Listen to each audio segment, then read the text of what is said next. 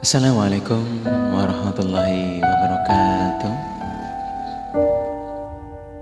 Al-Khaliq, Allah zat yang menciptakan. Apa yang seharusnya tumbuh dalam hati seorang setelah memahami bahwa yang menciptakan sesuatu itu adalah Allah. Dalam hal ini ada 3 hal yang akan kita utarakan terkait tentang Al-Khaliq, ialah yang pertama, meyakini bahwa tidak satupun kejadian yang luput dari ciptaannya Allah. Termasuk perbuatan hamba itu juga diciptakan oleh Allah.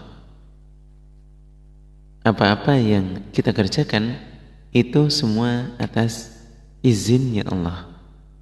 Tidak seperti keyakinannya orang-orang Jahmiyah, di mana mereka meyakini bahwa perbuatan hamba itu tidak diciptakan oleh Allah. Itu pemahaman mereka. Alasannya, kalau perbuatan itu diciptakan oleh Allah, lalu hamba tersebut melanggar, kemudian oleh Allah disiksa, berarti Allah itu menganiaya. Itu menurut pemahaman mereka.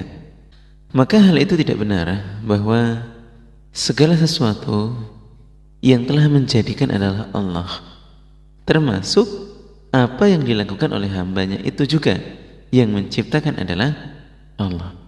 Akan tetapi bagaimana hamba itu disiksa ketika dia melakukan sesuatu perbuatan, hal inilah yang biasanya menjadi muskil atau banyak dipertanyakan. Maka untuk menjawab pertanyaan itu dan mengcounter pemahaman orang-orang Jahmiyah, pengertiannya adalah perbuatan hamba memang diciptakan oleh Allah. Tetapi ketika hamba itu melakukan suatu perbuatan, dia mengerjakan dan melakukannya itu dengan pilihannya sendiri. Maka apapun pekerjaan yang dikaitkan dengan pelakunya, contoh kasus misalnya ketika saya berbicara, maka hal itu dikatakan sebagai ucapan saya. Ketika saya makan, maka dikatakan itu kemudian menjadi makanan saya. Contoh orang yang membuat kursi, maka bisa dikatakan bahwa semua itu menjadi buatan dia.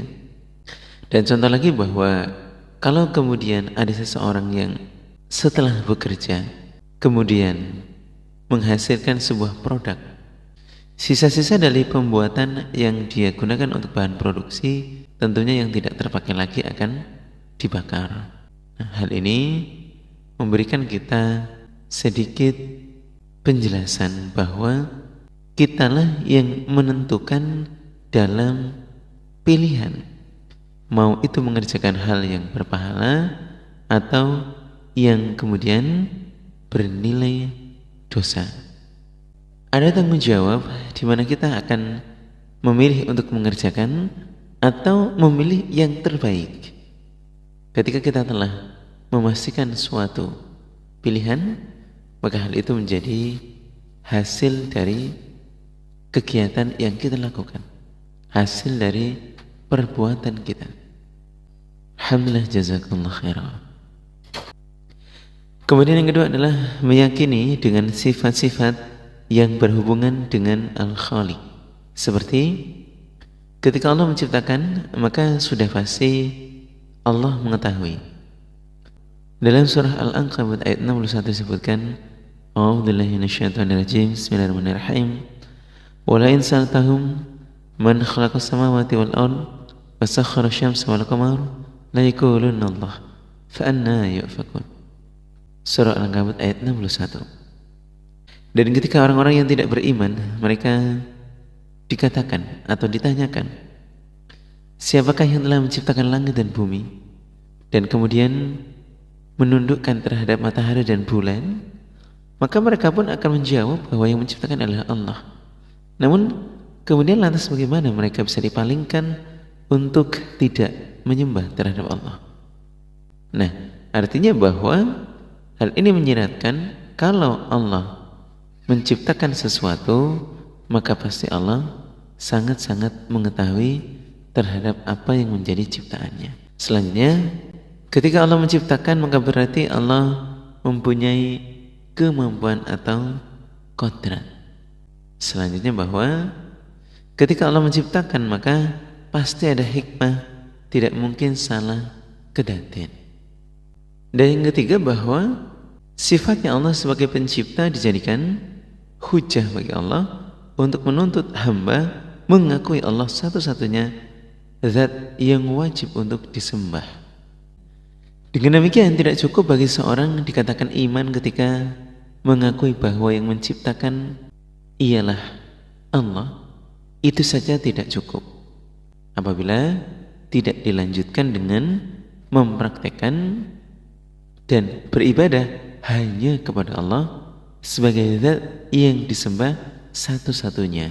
Jadi harus sebanding lurus antara pengakuan dan juga praktek yang dilaksanakan dalam kehidupan sehari-hari dengan meyakini bahwa Allah Al-Khaliq. Jadi tidak hanya pengakuan tetapi juga praktek dalam kehidupannya dalam beribadah. Alhamdulillah, jazakumullah khairan. Kurang lebihnya mohon maaf. Assalamualaikum warahmatullahi wabarakatuh.